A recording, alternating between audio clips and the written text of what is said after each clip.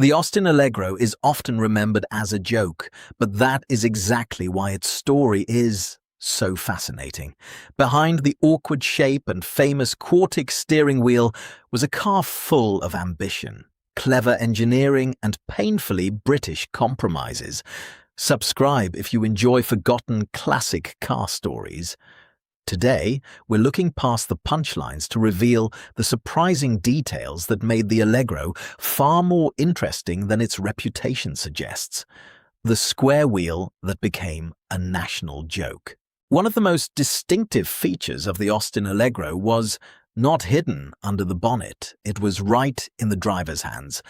The famous Quartic steering wheel looked almost square, and in 1973 it must have seemed like something from a design studio trying very hard to be modern. British Leyland claimed the shape helped create more space for the driver's legs and gave a clearer view of the instruments. In theory, it was a surprisingly practical solution. In reality, it became the detail everyone laughed at. Yet that is what makes it fascinating. Decades later, flat-bottom and oddly shaped steering wheels would appear in modern performance cars. The Allegro's problem was not just the idea, it was that Britain met the future too early and in the wrong car. The sleek design that got swallowed by engineering, the Allegro did not begin life as the rounded, swollen shape people remember today. Early ideas linked to designer Harrisman were much sharper, lower, and more modern, with the kind of profile that could have moved British family cars into a new decade. Then engineering reality stepped in. The E-Series engine, the gearbox layout, and the bulky heating system and thick interior packaging all demanded more height and space, bit by bit. The bonnet rose, the scuttle grew, and the body became heavier looking. What had started as a sleek replacement for the AD016 turned into something oddly inflated. That hidden struggle between sketchpad and factory floor helped define the Allegro's character. It was not simply badly styled, it was a design slowly swallowed by the compromises around it. The hatchback Britain refused to build. The strangest thing about the Allegro's practicality was what it did not have. At the very moment Europe was moving towards the hatchback age, British Leyland gave its new family car a conventional boot. The reason was partly internal politics. The Austin Maxi already carried the hatchback idea within the company, so the Allegro was kept as a saloon, even though a tailgate could have transformed its usefulness. For ordinary families, a hatch would have made shopping, luggage, prams, and weekend clutter much easier to manage. Instead, the Allegro arrived just as rivals were beginning to understand that practicality could sell a car as powerfully as styling.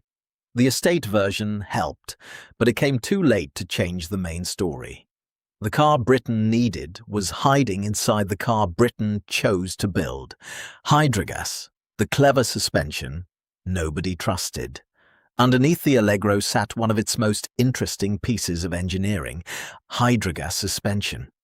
Unlike most small family cars of its era, it did not simply rely on conventional steel springs. The system used gas and fluid units, with front and rear suspension linked to help smooth out the ride. On paper, this was clever, compact, and very British in its thinking. It promised comfort in a small car, keeping the Allegro calm over rough roads and giving it a softer character than many rivals. Some testers recognized the ride quality, but others found the car's movements strange, with pitching, diving, and a slightly woolly feel. That contrast is what makes Hydragas such a powerful story. The Allegro had advanced ideas beneath its awkward skin, but clever engineering cannot always defeat public suspicion. The Allegro that wanted to be a baby, Rolls-Royce. Few versions of the Allegro are more wonderfully strange than the Vanden Plas. Here was a modest British family car dressed as though it had wandered out of a gentleman's club. It could wear a proud upright grille, extra sound insulation, leather trim, deep carpets, walnut-style dashboard detailing, and even rear picnic tables. The basic shape was still pure Allegro, but the mood inside was completely different. This was not just a trim level, it was a small car trying to speak the language of luxury at a time when British class identity still mattered deeply. For some buyers, that made it charming and comfortable. For others, it looked almost absurd, but that contradiction is exactly why it remains memorable. The Allegro did not merely want to be practical, it wanted to be respectable. The hot hatch with no hatch. The Allegro Equipe may be one of the most ironic sporty family cars of the late 1970s. British Leyland clearly wanted to catch the younger mood of the era with alloy wheels, bold side stripes, and a more energetic image. Around 2,700 examples were built, making it a rare and curious footnote in Allegro history. But there was one obvious problem. It looked like it wanted to join the hot hatch conversation, yet it still had no hatch. That made the Equipe feel like a performance costume placed over a car that had never been designed for that role. Even so, the idea had appeal. It showed that someone inside British Leyland knew the market was changing. The tragedy was that the Allegro was being asked to become fashionable after the fashion had already moved on. Too late to become the car it should have been. The Allegro's final twist is that it did improve.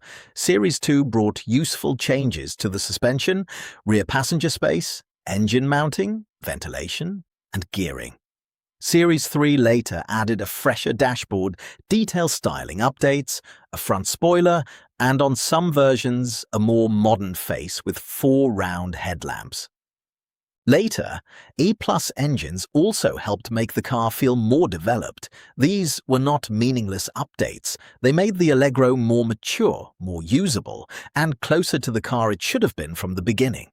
But by then, the damage was done. The Volkswagen Golf, Ford Escort, Vauxhall Astra, and a new generation of practical European hatchbacks had changed expectations. The Allegro's legacy became bittersweet. It was not a car without ideas, but a car whose best ideas arrived after Britain had stopped listening. The Austin Allegro was never just a bad car or a strange-looking family saloon. It was a rolling collection of clever ideas, unlucky compromises, brave design choices, and missed opportunities that made it unforgettable. Click the next video to explore more stories about classic British cars. Like, subscribe, and tell us in the comments what you really think of the Allegro. Thanks for watching, and I'll see you in the next video.